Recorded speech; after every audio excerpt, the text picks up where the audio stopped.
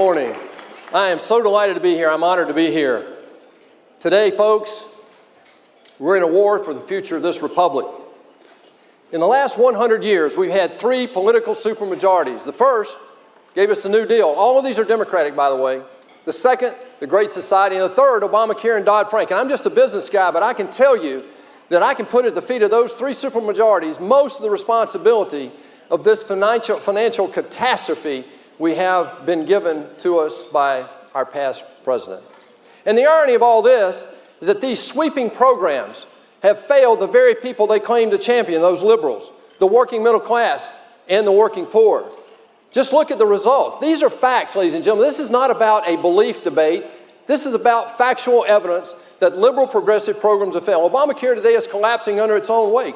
Social Security and Medicare trust funds go to zero in 15 short years. U.S. Postal Service losing $1 billion a year. VA is a disaster. And Freddie Mac and Fannie Mae are bankrupt. How about that for big government? During the Obama administration, it's even worse. We had the weakest recovery in over 70 years and the lowest GDP growth in our history. We had the lowest workforce participation rate since Jimmy Carter was president. And maybe worst of all, 4 million women were allowed to fall into poverty under President Barack Obama. If that wasn't bad enough, when the Great Society went into law in 1965, it started the Great War on Poverty. We all wanted to eliminate poverty in America. Well, guess what? The poverty rate today is exactly the same as it was when the Great Society was put into law. And if that wasn't bad enough, what President Obama is leaving President Trump is the smallest army since World War II, the smallest Navy since World War I, and the oldest and smallest Air Force ever. The evidence is very clear.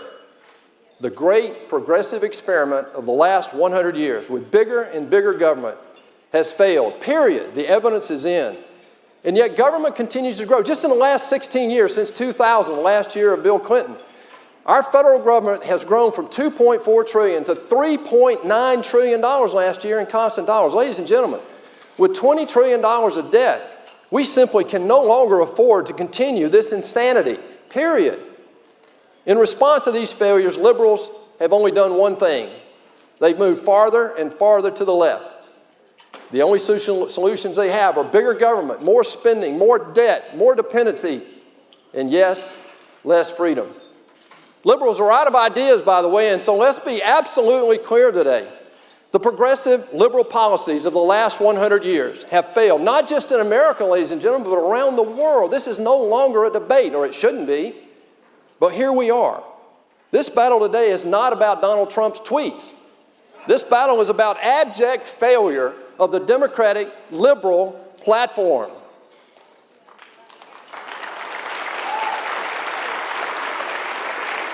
But even with all that bad news, ladies and gentlemen, God is great. I've got great news for you today. Today, the President of the United States is Donald J. Trump. He's doing exactly what he said he was going to do. He said he was going to nominate somebody for the Supreme Court. And guess what? He nominated somebody from that list he said he would. And we in the Senate confirmed Neil Gorsuch to the United States Supreme Court. He said he was going to reverse crushing regulations that have sucked the very life out of our free enterprise system. And guess what? He and the Senate have embarked on the boldest rollback of onerous regulations since Ronald Reagan was president. He said America was going to lead again in the world, and guess what? He sent Secretary Tillerson to Russia to face down Putin. He sent Pence to Asia. He invited President Xi from China for a face-to-face right here in America, and all that within his first 100 days. And most importantly, his first trip as President of the United States went to the Middle East, and he made sure that he went to Israel to make sure the world knew that America would always stand by its best ally, the state of Israel. He said he would protect America, but guess what? He's doing exactly what he said he was doing. He's working to protect the First Amendment. He's working to end the insanity called sanctuary cities, y'all. And yes, we will build that wall and finally secure our borders. He said he would protect American workers, and just last week, he removed us from that one-sided Paris Accord deal. He's moving at a business pace, not a bureaucratic pace, and people are beginning to pay attention. Folks, Small business optimism is at a 10-year high. Consumer confidence is at a 17-year high right now. Manufacturing optimism has not been this high in 20 years. President Trump is already delivering results, but we've got a lot to do yet. After 8 years of Barack Obama, this is definitely a turnaround. Turnarounds are messy. They take time. You have to break some eggs.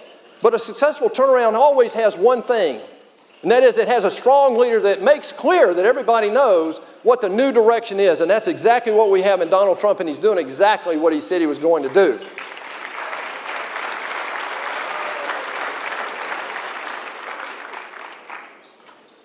John Kennedy once said, "The cost of freedom is always high, and Americans have always paid it.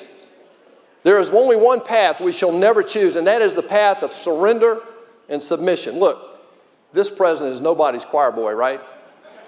But he is a man of action. He's decisive. He's re-engaging the rest of the world. And he's working to turn our economy around and put people back to work again, just like he said he was going to do. This is a man, I believe, of destiny, to change the direction of our country and get back to those fundamental founding principles of economic opportunity, fiscal responsibility, limited government, and individual liberty. We have long needed a president exactly like Donald J. Trump. He deserves our prayers. He deserves our support. He deserves our hard work.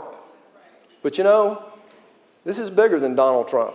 This is bigger than you. It's bigger than me. This is about the future of our republic and the security of our children and our children's children. With our help and God's grace, President Trump will be successful. Our country will be successful. And we will set the stage that the economic growth of the next 100 years will make the economic miracle of the last 70 years pale in comparison. We should fear not the challenges of today, but dream of the opportunities tomorrow. Walk our faith. Throughout history, Americans have always stood up to the challenges of the time. This time will be no different. We will change the direction of our country. With President Trump's leadership, we will stand to these challenges, this time just like every other time, so our children and our children's children can indeed dream about the opportunities of tomorrow. Thank you for being here. Thank you for what you do. God bless the Faith and Freedom Coalition. God bless America. Thank you.